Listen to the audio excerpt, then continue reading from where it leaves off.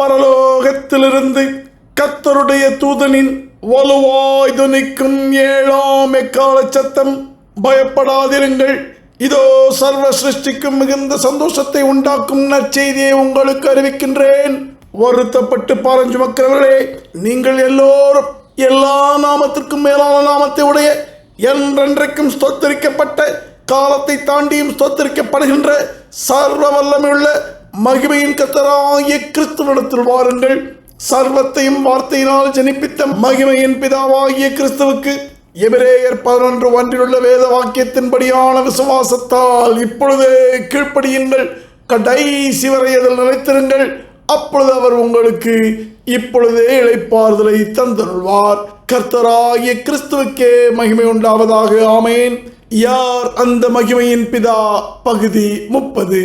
கர்த்தராகிய கிறிஸ்துவுக்குள் அழைக்கப்பட்டவர்களே, ஆண்டவரும் சர்வவல்லமையுள்ள நம்முடைய பிதாவாகிய கிறிஸ்து இயேசுவின் கிருபையினால் உங்களுக்கு அவர் மேல் உண்டான விசுவாசத்தால் கர்த்தராகிய கிறிஸ்துவுக்கு கீழ்ப்படுகின்ற எந்த ஆத்மாவும் கிருபையின் ரூபமானவரின் மகிமையை அடையும் பொருட்டாக கர்த்தரால் அனுப்பப்பட்டவர்களாகிய எங்கள் அப்போஸ்தலர் நித்திய சுவிசேஷத்தினாலே கர்த்தராகிய கிறிஸ்துவின் மகிமைக்குள் நீங்களும் பிரவேசிக்கும் ரட்சிப்பை அடையும்படியாக கர்த்தரால் அனுப்பப்பட்டும் காணாமல் போன ஆடுகளை முதலாவதாக கிறிஸ்துவுக்குள் விசுவாசத்திற்கு கீழ்ப்படிய பண்ணும்படி சத்தியமாகி அவரை வேத வாக்கியத்தில் தேடுகின்ற எந்த ஆத்மாவுக்கும் வெளிப்படுத்தி அறிவிக்க உன்னதத்திலிருந்து அடிமை அனுப்பப்பட்டதால் உங்களில் உள்ள மூப்பருக்கு உடன் மூப்பனும் கர்த்தராகிய கிறிஸ்துவின் பாடுகளுக்கு சாட்சியும் இனி கர்த்தராகிய கிறிஸ்துவினால் வெளிப்படும் மகிமைக்கு பங்காளியும் சர்வமான மகிமையின் கிறிஸ்துவனிடத்தில் கிருபையையும் அப்போஸ்தல ஊழியத்தையும் அவருடைய சித்தத்தின்படியே அவரிடத்தில் பெற்றுக்கொண்டதால் உங்கள் மத்தியில் உயிரோடு இருக்கின்ற அப்போஸ்தலனாகிய சிலோவாம் பவுல் கிருபையானவரின் மகிமையோடு கூட உங்கள் ஆத்துமா ஒப்புரவாகும்படி உங்களுக்கு கடந்த 29 செய்திகளில் மகிமையையும் மகத்துவத்தையும் அணிந்து கொண்டிருக்கின்றவராகிய மகிமையின் பிதாவான கிறிஸ்து என்ற மெய்ஞானத்தையும் புத்தியையும் அப்போஸ்தலர் நித்திய சுவிசேஷமாக சகலருக்கும் அறிவித்து வருகின்றேன். இன்று 30வது செய்தியில் மகிமையின் பிதாவை குறித்து மகிமையின் வார்த்தையும் கர்த்தருமாகிய கிறிஸ்து தரும் உணர்வூட்டும் செய்திக்கு மீண்டும் நாம் செவி கொடுப்போம். அன்றியும் சகோதரரே, நான் உங்களுக்கு பிரசங்கித்த அப்போஸ்தலர் நித்திய சுவிசேஷத்தை மறுபடியும் உங்களுக்கு தெரியப்படுத்துகின்றேன். உங்களில் அநேகர் அதை ஏற்றுக்கொண்டு கர்த்தராகிய கிறிஸ்துவினிடத்தில் நிலைத்திருக்கிறீர்கள். கர்த்தராகிய கிறிஸ்துவுக்குள் நான் உங்களுக்கு பிரசங்கித்த பிரகாரமாய் நீங்கள் அதை கை கொண்டிருந்தால் அந்த விசுவாசத்தால் உண்டாகும் கீழ்ப்படிதலை இருதயத்தை அறிகின்றவராகிய சர்வ வல்லவர் அங்கீகரித்ததினால் நீங்கள் கர்த்தராகிய கிறிஸ்துவின் கிருபையினால் ரட்சிக்கப்படுவீர்கள். மற்றபடி உங்கள் மாம்சத்தின்படியான விசுவாசம் விருதாவாயிருக்குமே என்பதை மீண்டும் உங்களுக்கு நினைவூட்டுகின்றேன். கர்த்தராகிய கிறிஸ்துவின் கிருபையினால் அவரிடத்தில் இப்பொழுதே நான் அடைந்ததும் உங்களுக்கு பிரதானமாக ஒப்புவித்ததும் என்னவென்றால், விசுவாசத்தால் சர்வத்திலும் சர்வ வல்லவருக்கு கீழ்ப்படிய வேண்டும் என்பதே. இல்லாவிட்டால் நீங்கள் அவரை மாம்சத்தின்படி ஏற்றுக்கொண்டிருந்தாலும் கர்த்தர் உங்களை ஏற்றுக்கொள்ள மாட்டார். அவருடைய கற்பனைகளின்படி நீங்கள் அவரை ஏற்றுக்கொள்ளாமல் மனுஷனுடைய கோட்பாடுகளின்படி நீங்கள் அவரை ஏற்றுக்கொண்டிருப்பதால் அவர் உங்களை ஏற்றுக்கொள்ளாததால் அவருடைய மகிமையை நீங்கள் ஒருபோதும் காண முடியாது. எனவே கர்த்தராகிய கிறிஸ்துவை பிரபலமான ஊழியக்காரர்கள் என்று நீங்கள் நினைக்கிறவர்களிடத்தில் தேடுகின்றவர்களே, பரம்பரை கிறிஸ்தவர்களே, கட்டிட ஆலய கட்டிட சபைக்குள் இருப்பதால் உங்களை கிறிஸ்தவர்கள் என்று நம்ப வைக்கப்பட்டிருக்கின்றவர்களே, நன்றாய் கவனியுங்கள். பரத்துக்கான ஒரே வழியாகிய மகிமையின் கிறிஸ்துவுக்குள்ளாவதை குறித்து சில அடிப்படை கேள்விகளை கர்த்தராகிய கிறிஸ்துவின் நாமத்தினாலே உங்களிடத்தில் கேட்கின்றேன். உங்களை விசுவாசிகள் என்றும் ரட்சிக்கப்பட்டவர்கள் என்றும் நம்பிக்கொண்டிருக்கின்றவர்களே, இந்த கேள்விகள் பரத்திலிருந்து உங்களுக்கு அனுப்பப்பட்டதால் என்னிடத்தில் அல்ல, மகிமையின் பிதாவாகிய கிறிஸ்துவினிடத்தில் உங்கள் பதிலை சொல்லுங்கள். உங்கள் இருதயத்தை அறிந்திருக்கிற சர்வ வல்லவர் உங்களுக்கு செவி கொடுக்க காத்துக்கொண்டே இருக்கின்றார்.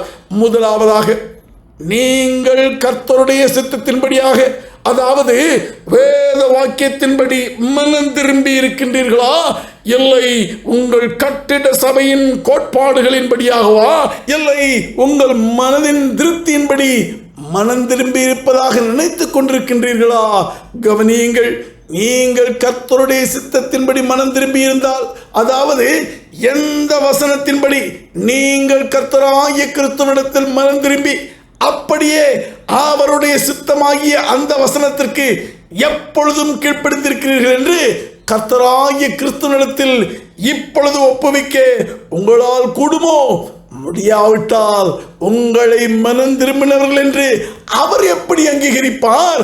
ஆனால் உங்கள் ஆத்துமாவை வஞ்சிக்கின்ற தந்திரக்காரனும் அவனுடைய வேலைக்காரர்களும் சத்தியத்தை அறியாதிருக்கும் பொழுதே உங்களை மனம் திரும்பினவர்கள் என்று அங்கீகரித்திருப்பார்கள் என்று உங்களை எச்சரிக்கின்றேன். மனம் திரும்புங்கள். இரண்டாவதாக, கர்த்தருடைய சித்தத்தின்படியாக, அதாவது வேத வாக்கியத்தின்படி நீங்கள் கர்த்தராகிய கிறிஸ்துவை விசுவாசிக்கின்றீர்களா, இல்லை உங்கள் கட்டிட சபையின் கோட்பாடுகளின்படியாகவா, இல்லை மனிதர்களால் விசுவாசி என்று நம்ப வைக்கப்பட்டிருக்கின்றீர்களா? நன்றாய் கவனியுங்கள். நீங்கள் கர்த்தருடைய சித்தத்தின்படி விசுவாசித்திருந்தால் இப்பொழுது எந்த வசனத்தின்படி நீங்கள் கர்த்தராகிய கிறிஸ்துவை விசுவாசித்து அப்படியே இந்நாள் வரைக்கும் அந்த வசனத்திற்கு கீழ்ப்படிந்திருக்கிறீர்கள் என்று கர்த்தராகிய கிறிஸ்துவினிடத்தில் இப்பொழுது ஒப்புவிக்க உங்களால் கூடுமோ? முடியாவிட்டால் உங்களை விசுவாசி என்று அவர் எப்படி அங்கீகரிப்பார்? ஆனால் உங்கள் ஆத்மாவை வஞ்சிக்கின்ற தந்திரக்காரனும் அவனுடைய வேலைக்காரர்களும் சத்தியத்தை அறியாதிருக்கும் பொழுதே உங்களை விசுவாசி என்று அங்கீகரித்திருப்பார்கள் என்று உங்களை மீண்டும் எச்சரிக்கின்றேன்.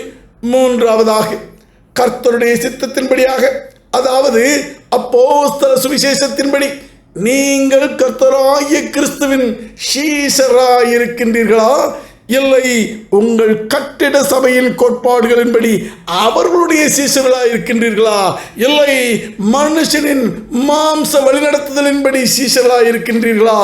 நன்றாய் கவனியுங்கள். நீங்கள் கர்த்தருடைய சித்தத்தின்படி சீஷராய் இருந்தால் இப்பொழுது எந்த வசனத்தின்படி நீங்கள் கர்த்தராகிய கிறிஸ்துவுக்கு சீஷராய் இருக்கிறீர்கள், தொடர்ந்து அந்த வசனத்தில் நிலைத்திருக்கிறீர்கள் என்று கர்த்தருக்கு முன்பாக அப்படியே அந்த வசனத்திற்கு கீழ்ப்படிந்து வாழ்கிறீர்கள் என்று மகிமையின் பிதாவிடத்தில் ஒப்புவிக்க உங்களால் இப்பொழுது கூடுமோ? முடியாவிட்டால் உங்களை சீசன் என்று அவர் எப்படி அங்கீகரிப்பார்? ஆனால் உங்கள் ஆத்மாவை வஞ்சிக்கின்ற தந்திரக்காரனும் அவனுடைய வேலைக்காரர்களும் சத்தியத்தை அறியாதிருக்கும் பொழுதே உங்களை சீஷர்கள் என்று அங்கீகரித்திருப்பார்கள். எச்சரிக்கையாயிருங்கள். இன்னும் அநேகமான அடிப்படை கேள்விகளை உங்களுக்கு முன்பாக வைக்க கர்த்தர் சித்தமாயிருக்கின்றார். அவைகளை இப்பொழுது உங்களால் தாங்க முடியாது என்பதை அடிமை அறிந்திருக்கின்றேன். நன்றாய் கவனியுங்கள். குறைந்தபட்சம் நீங்கள் மீட்கப்பட்டவர்களா என்று கூட உங்களால் வேத வாக்கியம் மூலம் கர்த்தருக்கு முன்பாக நிரூபித்து அறிவிக்க முடியாது. ஏனென்றால் நீங்கள் அப்படி உங்களை வழிநடத்துகின்றவர்களை பின்பற்றுகின்றீர்கள். மகிமையின் பிதா நம்முடைய மீட்புக்கும் பாவ மன்னிப்புக்கும் ரட்சிப்புக்கும் என்று காணக்கூடிய ரூபமாக தனக்கென்று அவருடைய வார்த்தையால் ஜனிப்பிக்கப்பட்ட சரீரத்தை நமக்காக சாபத்துக்குள்ளாக்கி நியாய பிரமாணத்தின் சாபத்துக்கு நம்மை நீங்களாக்கி மீட்டு கொண்டார் என்று கலாத்தியர் 3:13 நமக்கு தீர்க்கமாய் கற்றுக் கொடுக்கின்றது. ஆம், நாம் தேவனுடைய குமாரனாக குமாரத்தியாக கர்த்தருடைய புத்திர ஸ்வீகாரத்தை அடையும்படி நியாய பிரமாணத்திற்கு கீழ்ப்பட்டவர்களை மீட்டு விசுவாச பிரமாணத்துக்குள்ளாக்கினார் என்று கலாத்தியர் 4:4 நமக்கு தெளிவாய் கற்றுக் கொடுக்கின்றது. ஆனால் இதை கேட்டுக்கொண்டிருக்கின்றவர்களே, நீங்களோ நியாய பிரமாண கிரியைகளில் மறுபடியும் மனந்துணிந்து நுழைந்து கர்த்தர் எதை ஆலயம் என்றும் கர்த்தர் எதை சபை என்றும் சொன்னாரோ, கர்த்தர் எதை புத்தியுள்ள ஆராதனை என்று கட்டளையிட்டாரோ அதையெல்லாம் விட்டுவிட்டு விசுவாசத்தால் கீழ்ப்படியாமல் கிரியைகளினால் அவரை எதிர்த்து மறுதலித்து அவருக்கு எரிச்சல் மூட்டும் இறைச்சல்களினால் ஆராதனை செய்து கொண்டிருக்கின்றீர்களா? இல்லை, குற்றமில்லாத மாசற்ற ஆட்டுக்குட்டியாகிய கிறிஸ்துவின் விலையேறப்பெற்ற இரத்தத்தினாலே, அதாவது நன்றாக கவனியுங்கள், மகிமையின் பிதாவின் இரத்தத்தினால் உண்டான புதிய உடன்படிக்கையினால் மீட்கப்பட்டீர்கள் என்று குறைந்தபட்சம் கொலோசையர் 1:13-14 அறிவிக்கப்பட்டபடி அறிந்திருக்கின்றீர்களா? வார்த்தையானவர் கேட்கின்றார், உங்கள் இருதயத்தின் பதிலை கர்த்தர் கேட்க காத்து கொண்டிருக்கின்றார். உங்கள் இருதயத்தை பார்த்து கொண்டிருக்கின்றார் பெருமூச்சுகளோடு.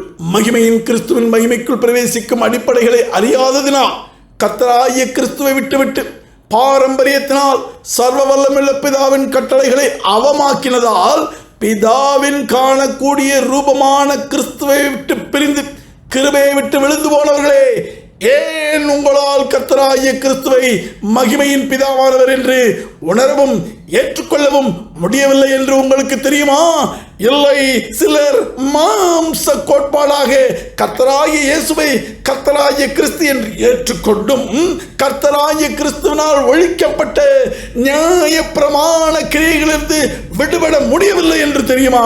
தெரிந்து கொள்ளுங்கள். ஏனென்றால் மகிமையின் கர்த்தராகிய கிறிஸ்து உங்களை ஏற்றுக்கொள்ளவில்லை என்பதை உணர்ந்து கொள்ளுங்கள். ஏன் ஏற்றுக்கொள்ளவில்லை? மகிமையின் வார்த்தையாகிய சர்வ வல்லமையுள்ள கிறிஸ்து சொல்லுகின்றார், என் நுகத்தை சுமந்து கொள்ளுங்கள் என்று கர்த்தர் சொன்னால், நீங்களோ சபை பிரிவுகள், மாம்ச கோட்பாடுகள் என்ற அந்நிய நுகத்தை சுமந்து கொள்ளுகின்றீர்கள். நீதிக்கும் அநீதிக்கும் சம்பந்தமில்லை, ஒளிக்கும் இருளுக்கும் சம்பந்தமில்லை, கர்த்தருடைய ஆலயத்துக்கும் விக்கிரகங்களுக்கும் சம்பந்தமில்லை. அதுபோல கர்த்தராகிய கிறிஸ்துவுக்கும் கீழ்ப்படியாமைக்கும் ஒருபோதும் தொடர்பில்லை என்று எச்சரித்தும் கீழ்ப்படியாமல் உங்கள் கிரியைகளினால் அவரை நீங்கள் மறுதலிப்பதால் அவர் உங்களை ஏற்றுக்கொள்ளவில்லை. யோவேல் தீர்க்க தரிசனம் நிறைவேறினவர்களுக்குள் மகிமையின் பரிசுத்த ஆவியாக வாசம் பண்ணி அவர்களுக்குள்ளே உலாவி, அவர்கள் கர்த்தராயிருப்பேன், அவர்கள் என் ஜனங்களாயிருப்பார்கள் என்று மகிமையின் பிதாவாகிய கிறிஸ்து சொன்னபடி, நீங்கள் நித்திய ஜீவனுள்ள கர்த்தராகிய கிறிஸ்துவின் ஆலயமாயிருக்கின்றீர்களா? அப்படி சர்வ வல்லவரின் ஆலயமாக மறுரூபமாகி இருந்தால், மகிமையின் பிதாவின் சுத்தமாகிய மூல உபதேசங்களுக்கு கீழ்ப்படியாதவர்களின் நடுவிலிருந்து விசுவாசத்தால் கீழ்ப்படுகின்ற நீங்கள் புறப்பட்டு பிரிந்து போய் அசுத்தமானதை, அதாவது பாரம்பரியம் என்ற பெயரில் கர்த்தருடைய கட்டளைகளை அவமாக்குகின்ற அவருடைய போதனைகளை, கிரியைகளை தொடாதிருங்கள் என்று கர்த்தர் சொல்லுகின்றார். அப்பொழுது நான் உங்களை ஏற்றுக்கொண்டு உங்களுக்கு பிதாவாயிருப்பேன், நீங்கள் எனக்கு குமாரனும் குமாரத்தியுமாயிருப்பீர்கள் என்று சர்வ வல்லமையுள்ள கர்த்தர் 2 கொரிந்தியர் 6:14-18 உங்களுக்கு வெளிப்படுத்தி அறிவிக்கின்றார். இப்படி நீங்கள் கர்த்தராகிய கிறிஸ்துவினால் ஏற்றுக்கொள்ளப்பட்டு உங்களுக்கு பிதாவாக இருக்க அவர் அனுமதித்தால் மட்டுமே நீங்கள் அவருடைய சொந்த நேச குமாரனும் குமாரத்தியுமாக இருக்க முடியும். உங்கள் இருதயமும் அதன் கிரியைகளும் கர்த்தராகிய கிறிஸ்துவை மகிமையின் பிதாவாக ஏற்றுக்கொள்ளவும் அவர் அனுமதிப்பார். இல்லாவிட்டால் அவிசுவாசத்தால் உண்டாகும் கீழ்ப்படியாமையால் பாவத்துக்குள் பிரவேசித்து, அதாவது பாதாளத்தின் வாசலில் பிரவேசித்து, அந்த பாதாளத்துக்குள்ளேயே கிரியைகளினால் மேன்மை பாராட்டி மகாவேசி, பூமியின் அருவருப்புக்கெல்லாம் தாய் என்று சர்வ வல்லவரால் முன்னறிவிக்கப்பட்ட கட்டிட சபையில் நின்று கொண்டு அங்கே பணக்காரன் ஏழை என்ற வித்தியாசத்தை உங்கள் இருதயத்தில் பாராட்டி, மாம்ச பிறப்பால் இனப்பிரிவுகளை உண்டாக்கி, மேட்டிமையான கண்களினாலும் வார்த்தைகளினாலும் இருதயத்தினாலும் மேன்மை பாராட்டி பேசிக்கொண்டு உலகத்தின் பொருட்களை ஆசீர்வாதம் என்று பெருமை பாராட்டி வாழ்ந்தும் தாங்கள் ரட்சிக்கப்பட்டதாக நினைத்துக் கொண்டிருக்கும்படி வஞ்சிக்கப்பட்டிருப்பார்கள். மகிமையின் பிதாவினால் அழைக்கப்பட்டவர்களே, நீங்கள் என்ன செய்து கொண்டிருக்கின்றீர்கள்? உணர்ந்து கொள்ளுங்கள்.